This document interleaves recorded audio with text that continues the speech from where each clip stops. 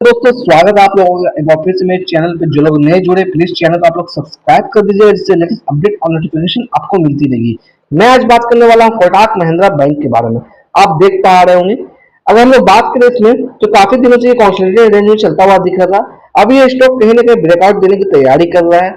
अगर आप short term के लिए इसमें निवेश करना चाहते हैं तो बिल्कुल कर सकते हैं, या फिर लॉन्ग टर्म का व्यू रख रहे हैं तो आप इसमें जा सकते हैं। अगर हम लोग आज की बात करें करंट सिनारियो में, आज की 1% की तेजी दिखा रहा था।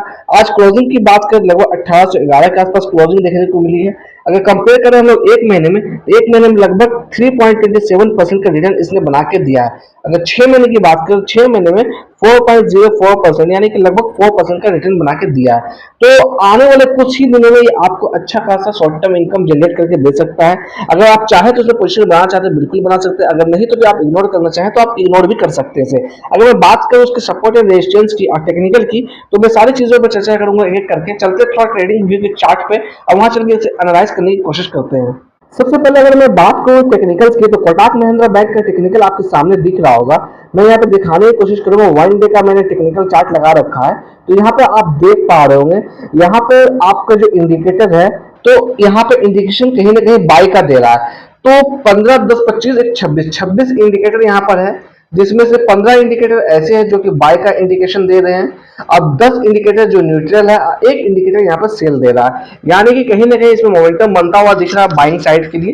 तो फ्रेश एंट्री लेना चाहेंगे तो आप थोड़ा चार्ट पे चलेंगे, वहां पर भी चल के देखेंगे इसे। अगर मैं बात करूं मूविंग एवरेज की, तो यहाँ पे स्ट्रॉन्ग बाई का इंडिकेशन दिखता हुआ आ रहा है। तो यहाँ पर देख पा रहे हैं स्टॉक अभी 10 दिन के, 20 दिन के, 30 दिन, 50 दिन, 100, 200 जितने भी मूविंग एवरेज है, सब कहीं ना कहीं यहाँ पर बाय का ही इंडिकेशन शो कर रहा है। अगर मैं वही बात करूं ऑसिलेटर की, ऑसिलेटर यहाँ पर न्यूट्रल नजर आता हुआ दिख रहा है।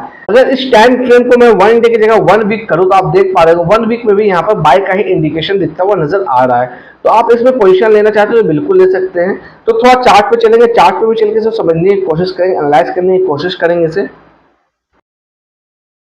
सबसे पहले मैं बात करूं स्टॉप लॉस की। अगर फ्रेश एंट्री ले रहे हैं तो 1760 का जो है कहीं ना कहीं हमारा स्टॉप लॉस नजर आता हुआ दिख रहा है। तो आप 1760 को लेवल को आइडेंटिफाई करके रखिएगा।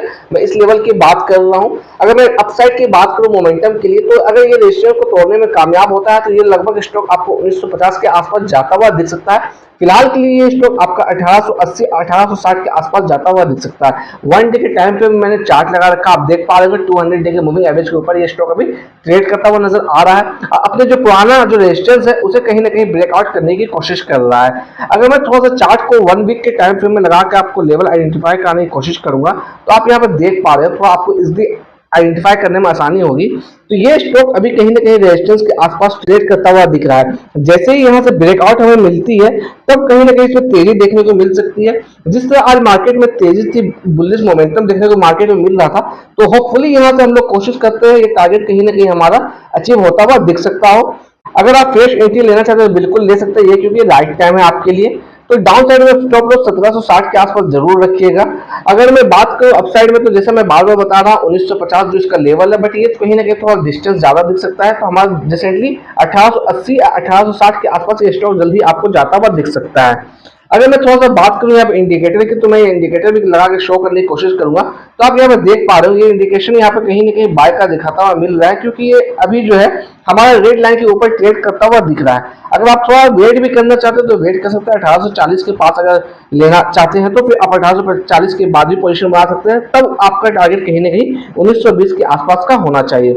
अगर अभी आप एंट्री लेते हैं तो 1840 से 1860 से लेकर 1880 आपको कहीं ना कहीं प्रॉफिट बुकिंग देखने को मिल सकता है। अगर मैं टिकर टेप की मदद लूं, तो यहाँ पर आप देख पा रहे हो 36 एनालिस्ट इसे कवर किया, जिसमें 53% लोगों ने यहाँ पर कहीं ना कहीं बाय की रिकमेंडेशन रखी है। अगर बात करूं मैं एंट्री पॉइंट की, तो according to ticker tape entry point यहाँ पे एवरेज नजर आता हुआ दिख रहा है। अगर मैं थोड़ा सा बात कर लूं यहाँ पर म्यूचुअल फंड होल्डिंग की, तो म्यूचुअल फंड होल्डिंग का परसेंटेज मैं यहाँ पर दिखाने की कोशिश करूंगा। म्यूचुअल फंड होल्डिंग की बात करें तो 12.82% का यहाँ पर कहीं ना कहीं इन्वेस्टमेंट है इसमें म्यूचुअल फंड का। तो आप देख पा रहे हो। अगर प्रोमोटर की बात करें तो 25.90% यानी कि लगभग 23% की हिस्सेदारी प्रोमोटर के पास है। अगर हम लोग बात करें रिटेलर के पास, तो लगभग 13% की हिस्सेदारी रिटेलर के पास है। अगर आप इसमें निवेश करना चाहते हैं तो लॉन्ग टर्म का व्यू रखिए। अगर आपने पहले से ही निवेश कर रखा है तो कहीं ना कहीं आप इसमें एवरेज आउट कर सकते हैं, तो करिए। या फिर आप शॉर्ट टर्म के लिए आप एंट्री लेना चाहते हैं तो बिल्कुल लेके आप स्विंग ट्रेडिंग कर सकते हैं इसमें। आई होप ये सारी चीज आपको मदद करेगी आपको डिसीजन लेने में।